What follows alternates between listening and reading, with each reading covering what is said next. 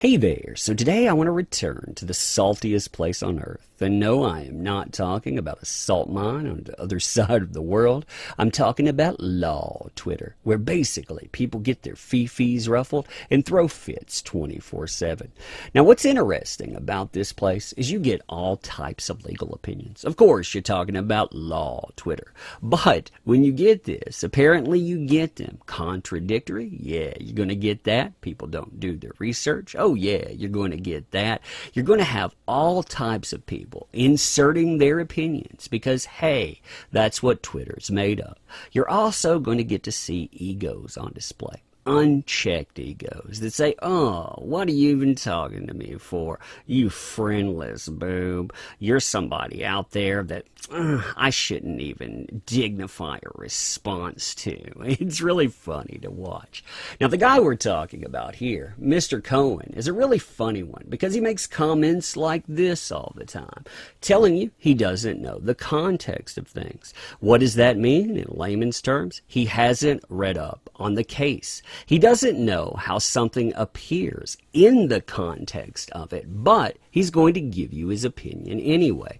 Now, can you imagine approaching someone legally and asking them what they thought about a case? Them giving you an opinion? You're thinking, yeah, that's a cool thing. I'm glad that you said that. Only to find out that they had no idea what that opinion was based on. They thought that might be based on something, but they didn't bother to actually research it. What would you think about it then? You also have to ask within that context why exactly someone would continue over and over again to get involved in something. And for myself, I think it's very easy to state. I think it looks like this. So if we go back to, say, December 2018 for this person, and we look at their timeline, nobody gave a crap about them. They didn't care about what they said at all. I mean, you look at that. No interaction. Now, they're just like, say, a Shane Holmberg or so many other digital grifters out there. They have attention. They have people listening. People actually hold them up and they say, that a boy. Here's your current year clap.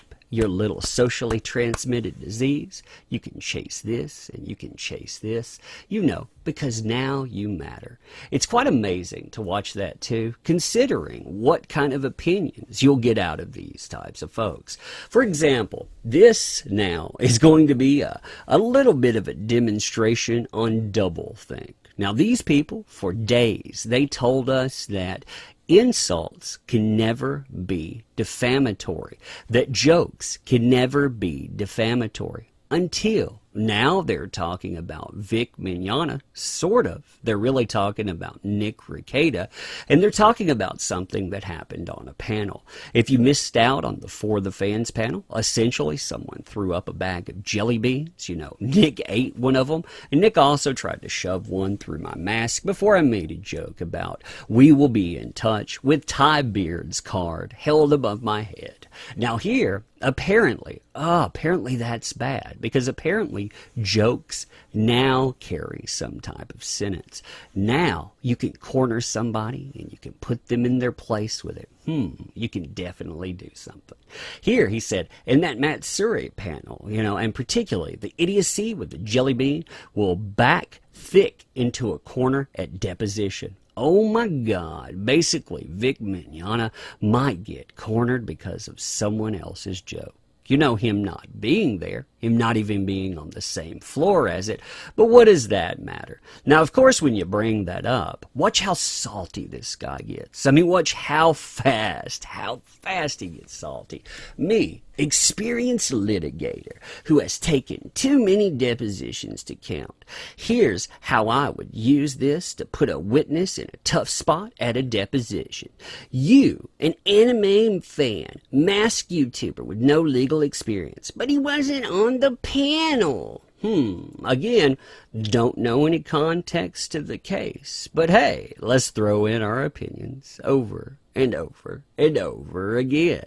So he continues on, and man, look at that salt. look at it, because this is the language of Twitter. And I don't mind the salt because it allows me to go back and forth and to really basically cut loose making fun of somebody. But just look at how salty this is. Look, we have our own areas of expertise. If you're on Twitter giving tips for being a friendless shut-in, I'm not going to jump in and tell you you're describing your life's work wrong, especially when I have no experience in it. I'm just asking for some effing reciprocity. My funny bone, my funny bone. And especially when I look at the guy there and I think, yeah, friendly shut-in, very interesting how that guy wants to give advice on being in social situations. Social freaking acuity. I mean, can you imagine? Oh, it's so funny. It's really funny, too, to see people taking shots at geek culture, actually telling you, you're just an anime fan. What do you know? Because, anime fans are the people that, well, have been dragged into this. You actually have anime and manga fans being asked to choose a side. And people like this, outsiders to that fandom, they come in, and in the name of voice actors, they throw up middle finger after middle finger. So here is the whole thing that he's throwing out. They're talking about what had gone on there. So, which is why it's absolutely nuts from a strategic perspective to be filing any motion that gives the defense an opportunity to show the judge these videos. Crazy. It's suicidal. Add another brick to the mountain of evidence that Beard just does not know what he's doing as a lawyer. He's out of his depth, and he's dragging his client down.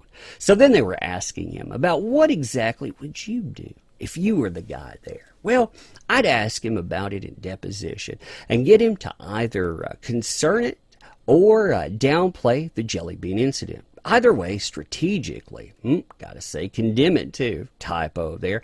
Either way, strategically, I'd ask Vic about it at his deposition and force him to either endorse it or condemn it. Again, either one hurts him.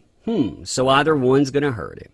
So the problem with this stuff is they've put him in a place with no good answers. Endorse or defend that, and he comes across remorseless and jerky. Condemn it, and he acknowledges it's a more problematic incident that his lawyers acted like. Neither of those is a good thing. Plus, he can't go with the best answer re that incident. Looking back and hearing how she perceived it, I can understand why it made her uncomfortable. But I wasn't thinking like that at all in the moment, so it didn't cross my mind. Because we're talking about an incident 6 years ago. We're talking about someone eating a jelly bean, and well, how absurd that is. But of course, it's going to get into Mafifi's brigading, and well, when you get out there in deposition, that's going to just ruin him. So, going out and calling for people to have their nether regions chopped off, for people going out and doing 500 to 600 tweets talking about people being P to the E to the D to the O's, that stuff's okay. Remember, jokes are okay. Insults are okay. But this jelly bean conversation, that's going to end Vic Mignogna. I mean, when you look through this, it's absolutely insane. The standards that these people put out there, the way that they say, I'd handle him here, and I would destroy him with that. And again, you have all of these people out there, these astute legal minds saying, bravo, bravo, bravo. All those people that, again, they divide community, and they divide community, and they divide community. But hey, at least you got your Twitter likes. I've been looking at different people out there too.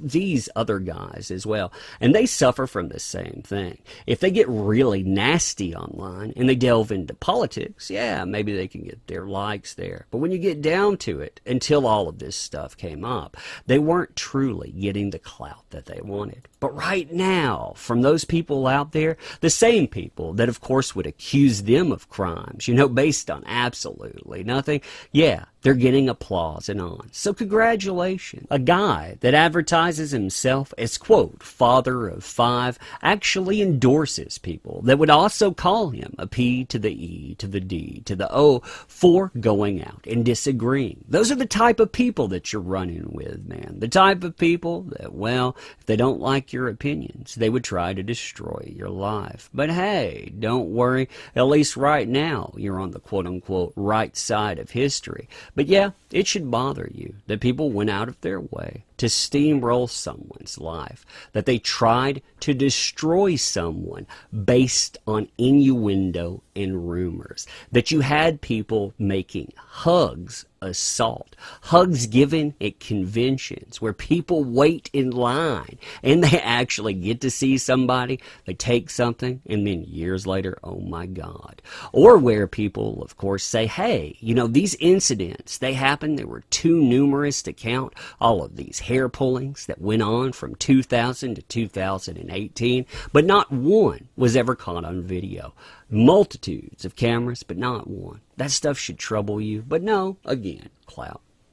But anyway, you tell me what you think about this stuff. So as I said at the beginning of the video, if you like this content, make sure that you sub, make sure you hit that bell, and if you want to go further, there are links in the description. One of those is the case of the Littlest umbrella, our answer to gatekeepers everywhere, and there are plenty of gatekeepers to be had. There are so many of them out there that tell you, essentially, we're going to keep you out. We're going to make you walk lockstep, and if you don't, we'll burn your life down. These people, they have tried that to all types out there. They've tried that to myself as well, but you know what? You don't have to walk lockstep. You don't have to listen to them. You can go and fight the tide. Tell me what you think on the video as well. Give me your opinion on all these people sounding off on that. What exactly do you think on that? Also, I want to end by saying I appreciate you. Unlike these people that come in and basically interact this way, running people out of fandom, whether that be anime, whether that be comics and games. These people, they're outsiders there, but they do damage. They're brought in by people that are connected to it, but it doesn't matter because you're not wanted. Your money's not wanted. Well, you know what? You're wanted here, so I appreciate you. I want to say that. Thank you, and we'll do this again soon. Thanks.